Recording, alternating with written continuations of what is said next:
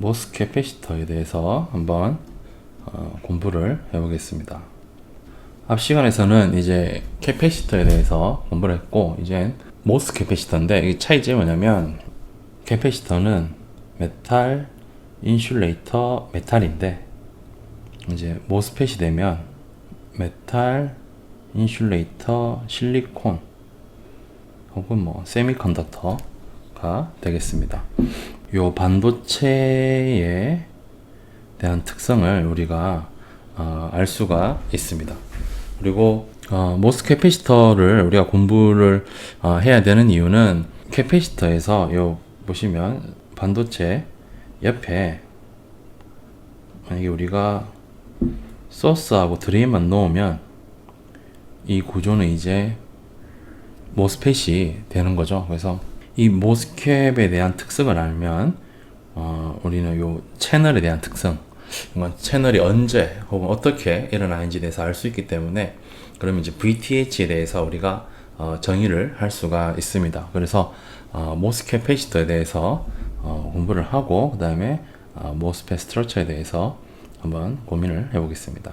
수식은 이전 캐패시터와 동일합니다. 이 캡은 실리콘 밑에 모아질 그 전하량에 비례하게 될 겁니다. 이 C값은 여기 옥사이드 두께에 반비례하고요, 여기 옥사이드의 유전율에 비례합니다. 그 말은 뭐냐면, 유전율이 높다, 그 말은 전자를 이제 유혹할 확률이 높은 거니까, 같은 잔압이라도 어떻습니까? 더 많은 캐리어를 더 끌어모을 수 있는 거죠. 어디로?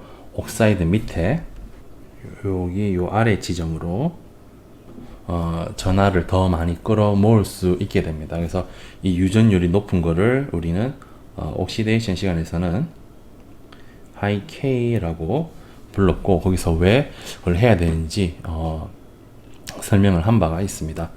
그래서 유전율에 비례하게 되고요, 그 다음에 이 옥사이드의 면적에 비례하게 될 겁니다.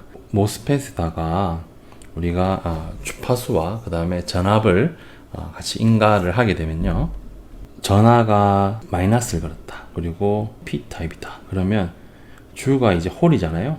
메인 캐리어가 이제 홀인데, 마이너스를 걸면 이제 홀들이 모이겠죠. 요 아래쪽으로 홀들이 모일 거고, 그 다음에 이게 이제 플러스로 하게 되면 이제 일렉트론들이, 소스 캐리어인 일렉트론들이 모이게 됩니다. 그래서 그 커브에 대해서 한번 우리가 알아볼게요. 자, 이게 이제 CV 커브입니다. CV 커브고, 캐패시턴스 값을, 전압에 따른 캐패시턴스 값을 구하는 데에서 우리는 보통 CV 커브라고 부르고, 이 커브에 보면 앞서 말씀을 드린 것처럼 P타입은 주가 이제 그 홀이 이제 메인이죠. 그리고 이 영역대는 마이너스 영역대잖아요. 그죠? 그러다 보니까 C 값이 증가되는, 요즘에서는 이 주 캐리어는 뭐다? 여기 주 캐리어는 뭐 된다? 홀이 되겠습니다. 플러스 대에서 이제 넘어가게 되면 C 값이 이렇게 증가가 돼요. 다시 이거는 뭐, 이때 주 캐리어는 뭐가 된다? 일렉트론이 됩니다. 그리고 P타입에서 전자로 인해서 캐리어가 다시 모였잖아요. P타입인데, 원래 P타입은 홀이 많은데 그게 이제 전자로 넘어갔다. 어떻게 됐습니까? 이게 반전? 그러니까 변환이 된 거죠. 그래서 인버전이라고 부릅니다. 아시겠죠? 그래서 여기를 인버전 영역이라고 부르고, 여기는 홀이 왔기 때문에 accumulation region이라고 우리가 부르게 됩니다. 그래서 우리가 이러한 CV를 커브를 측정을 하게 되면 알 수 있는 파라미터가 뭐가 있냐면, 예를 들어서 우리가 어떠한 방막을, 인슐레이터를 예를 들어서 L23 정도라고 얘기를 해볼까요? 그 다음에 밑에는 세미컨덕터, 위에 메탈. 그리고 이 L23를 우리가 만약에 ALD로 증착을 했다고 가정을 합시다. 그러면 이 L23의 두께는 우리가 엘립소메터라는 장비를 이용하면 그 두께에 대한 정보를 정확하게 알 수가 있는데, 근데 이 L2, 3 같은 경우는 유전율이 대략 보고되는 게 9에서 많게는 10일 정도 이렇게 나와요. 근데 제가 만든 제가 증착한 이 방막이 어느 정도의 유전율을 갖는지 모르잖아요. 그죠? 그럴 경우는 이렇게 CV를 측정을 하고요. 그 다음에 요 Cmax에서 이 입실론 값을 구할 수 있습니다. 왜 그러냐면 요 보시면 요 C 값 제가 측정한 값이죠. 그죠? 그 다음에 요 두께 제가 엘립소메트라는 장비를 해서 측정한 두께입니다. 그러면 요 두 개는 우리가 상수로서 둘 수 있으니까 요 안에 있는 요 입실론에 대해서는 우리가 그 값을 구할 수가 있는 거죠.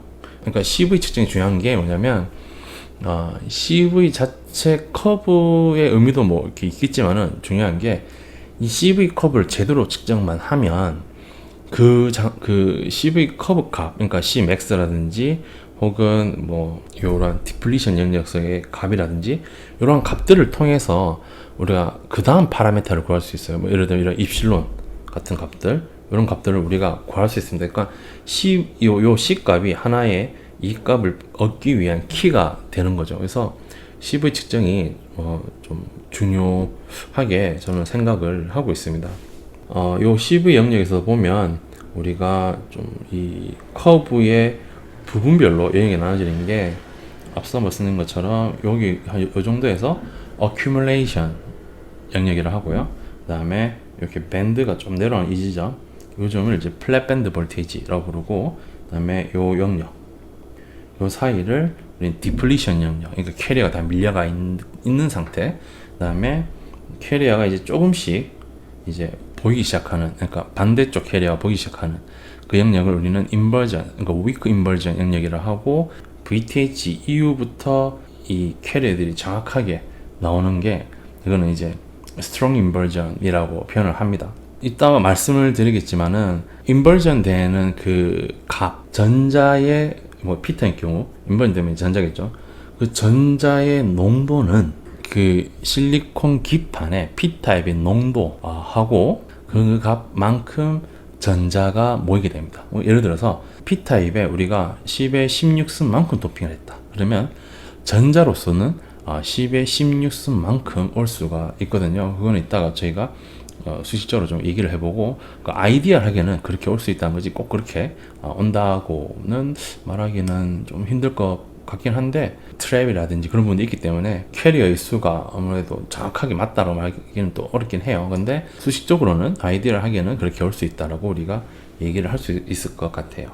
accumulation 영역일 때와 그 다음에 플랫 밴드 볼테이지 영역일 때와 그 다음에 depletion 영역일 때와 근데 인버전 됐을 때 캐리어들이 그 안에서 어떻게 움직이는지 다음 슬라이드에 한번 볼 건데, 그 전에 우리가 한번 좀 얘기해야 될 게, 총 여기 보면 하나, 둘, 세 개 정도가 있는데, 먼저 요 로우 프리퀀시일 때와 하이 프리퀀시일 때 이를 설명을 좀 해드리면, 우리가 CV를 측정을 할 때 주파수를 같이 입력할 수 있습니다. 그 말은 뭐냐면, 예를 들어서 여기서 여기까지 우리가 마이너스 10V에서 플러스 10V까지 수입을 합니다. 그러니까 측정을 마이너스 10에서 플러스 10까지 준다. 이렇게 뭐 0.5V 증가하면서 측정을 한다. 그 말을 우리는 수입한다 라고 하거든요. 마이너스 10V에서 플러스 10V까지 수입을 할 때 그 주파수대를 우리가 줄 수가 있습니다. 뭐 예를 들면 저주파 같은 경우 100Hz로 입력을 주면서 이제 그 볼테이지를 수입을 할 수 있고요. 고주파 같은 경우는 1MHz 정도 해서 주파수대를 주면서 이제 볼테이지를 수입을 합니다. 근데 이런 게 있어요. 예를 들어서 저주파대에서 만약에 그러니까 뭐 100Hz를 주면서 마이너스 10V에서 플러스 10V를 할 경우 주파수라는 것은 시간분의 1이에요. 그래서 요 시간이란 거는 결국 뭐냐면 캐리어한테 그만큼의 시간을 더 준다라고 보시면 돼요. 그러면 캐리어가 그만큼 이동할 시간이 더 많다라고 보시면 되거든요. 그래서 옥사이드 두께가 있고, 그 다음에 그 메탈이 있고 반도체가 있으면 이 일렉트론들이 옥사이드 밑으로 올 때까지, 그죠? 올 때까지 충분히 시간이 줄 수가 있다는 거죠. 언제? 저주파로 측정하게 되면. 일렉트론이 옥사이드 밑에까지 쭉 왔어요. 그리고 그 위에 메탈이 있어요. 그러면 여기서는 뭐만 보겠습니까? 이 옥사이드에 대한 캐패시턴스 값만 보일 거예요. 어떻습니까? 옥사이드 두께가 요것만 보이니까 요거에 대한 캡을 우리가 볼 수 있겠죠. 그죠? 근데 고주파로 하게 되면 이 일렉트론들이 올라가다가 다시 주파수 상이 바뀌니까 어떻게 돼요? 다시 내려가요. 그리고 다시 또 올라가고. 그러면 주파수가 계속 바뀌니까 고주파로. 그죠? 그럼 올라가다가 다시 내려가고 올라가가 내려가고 올라가가 내려가고 하면 계측기 입장에서는 옥사이드 두께와 그 다음에 요 옥사이드 밑에 있는 디플리션 된 영역 그리고 그 밑에 보이는 이제 그 캐리어 전자층이 보일 겁니다. 이 계측기 입장에서는 옥사이드 두께가 어떻게 돼요? 여기서 디플리션 두께만큼 이렇게 벌어진 것처럼 보이죠. 이 전체 옥사이드 두께는 계측기가 느끼는 옥사이드 두께는 더 커진 것처럼 보입니다. 그러니까 어떻게 됩니까?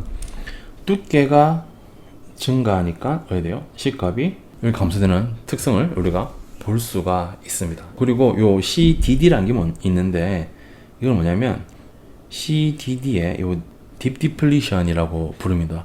딥 디플리션 같은 경우는 언제 나오냐면 반도체 물질이 와이드 밴드갭이거나 혹은 와이드 밴드갭 안에서도 그 안에 트랩 준위가 많을 때 이 값이 이제 C 값이 플랫하지 밑에서 보면 얘는 이제 플랫하잖아요, 그죠? 플랫하지 못하고 밑으로 쭉 늘어집니다. 이게 무슨 뜻이냐면 인트린직 레벨, 그 다음에 컨더션 레벨, 그 다음에 밸런스 레벨, 요거는 페르미 레벨입니다. 페르미 레벨이에요. 자, 여기서 보시면 여기서는 요거는 이제 P 타입이죠. 근데 여기서 어떻게 돼요? 여기는 페르미 레벨이 인트린직 레벨보다 위에 있으니까 어떻게 됩니까? 요거는 N 타입이죠. 그래서 인버전이 된 건데 밸런스 밴드가 있고 컨더션 밴드가 있고 그 안에 트랩 준위가 이렇게 많다고 가정을 합시다. 그럴 경우 어떻습니까? 외부 에너지에서 원래는 전자가 여기까지 올라가 줘야 돼요. 그런데 밴드갭이 크기도 하고 그 다음에 그 안에 트랩 준위가 많다면 그래서 이렇게 올라갈 수 있는 일렉트론이 없게 된다면 어떻게 되겠습니까? 그러면 이게 쿼시 페르미 레벨이라 해서 따라가게 됩니다. 페르미 레벨이 이런 식으로. 그 말은 뭐냐면 게이트 전압이 주어지는데 불구하고 캐리어가 안 찬다는 거죠. 캐리어가 안 찬다는 말은 결국 얘가 안 차니 결국 어떻게 됩니까? 이 C값은 점점점 내려올 수밖에 없죠. 뭐에 따라서? 게이트 전압의 도미넌트하게, 그러니까 게이트 전압에 영향력이 있게 C값은 감소가 돼야 됩니다. 그래서 이거를 뭐라 부르냐면 우리는 디플리션 얘기를 하고 보통 이런 게 이제 갈륨 나이트라이드라든지 아니면 실리콘 카바이드처럼 와이드 밴드갭인데 그 안에 디펙 레벨이 많다라고 한다면 이런 현상이 나올 수 있지 않을까라고 예상이 되고요. 저 같은 경우는 이제 갈륨 나이트라이드 같은 경우는 테스트 해봤을 때는 이런 현상들이 자주 보였습니다. 제 AP 자체가 좀 그 안에는 저희는 디펙을 줘서 갈륨 나이트라이드의 저항을 높이는 게 메인이었기 때문에 디플리션 현상을 많이 볼 수가 있었는데요. 아마 이 세션에서도 그 안에 트랩 레벨이 많다면 이러한 C값이 나오지 않을까라고 예상이 되겠네요. 어큐뮬레이션일 때랑 블랙밴드 볼테이지, 디플리션, 그다음에 인버전 됐을 때 요 옥사이드와 반도체 실리콘 안에서의 캐리어 이동이 어떻게 되는지 한번 보겠습니다. 여기가 이제 메탈이고요. 그 다음에 옥사이드고 여기서 요만큼이 세미컨덕터가 되겠습니다. 자, 그리고 여기는 보시면 Q 이제 차지죠. 차지가 마이너스 되네요. 그러니까 0 마이너스 잔을 줬다는 거죠. 그죠? 그리고 이 반도체를 우리는 P 타입이라는 것을 알 수가 있습니다. 왜냐면 페르미 레벨이 인트린직 레벨보다 밑에 있으니까요. 그죠? 자, 그래서 요 메탈 쪽에 마이너스 전압을 주다 보니까 그 P타입에 있는 홀들이 어디로 갑니까? 옥사이드 쪽으로 가게 되죠. 그죠? 그러니까 어떻게 돼요?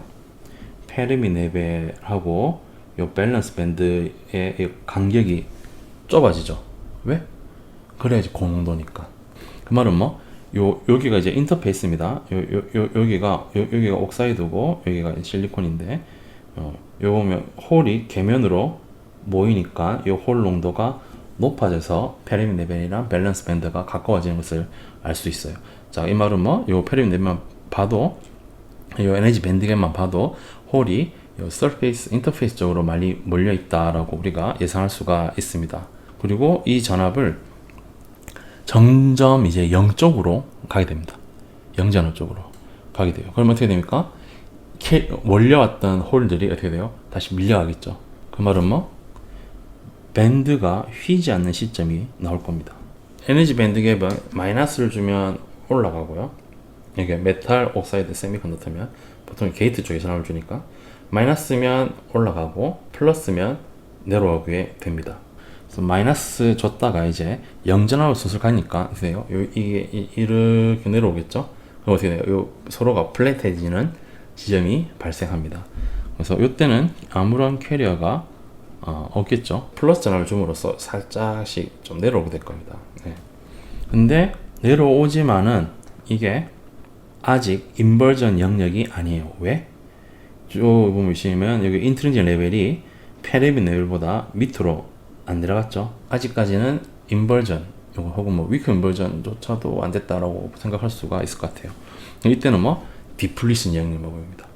네. 왜냐면 밴드가 휘었으니까 그 말은 뭐 거기는 디플리션 영역이 됐다라고 예전에 그 MS 컨택에서 얘기를 했잖아요. 그래서 디플리션이 그 에너지 밴드가 휘었으니까 거기는 이제 디플리션이 보이게 될 겁니다.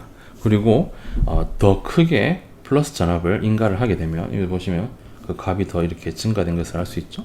주면 어떻게 됩니까? 인트린직 레벨이 페리빈 레벨 아래쪽까지 내려오게 되네요.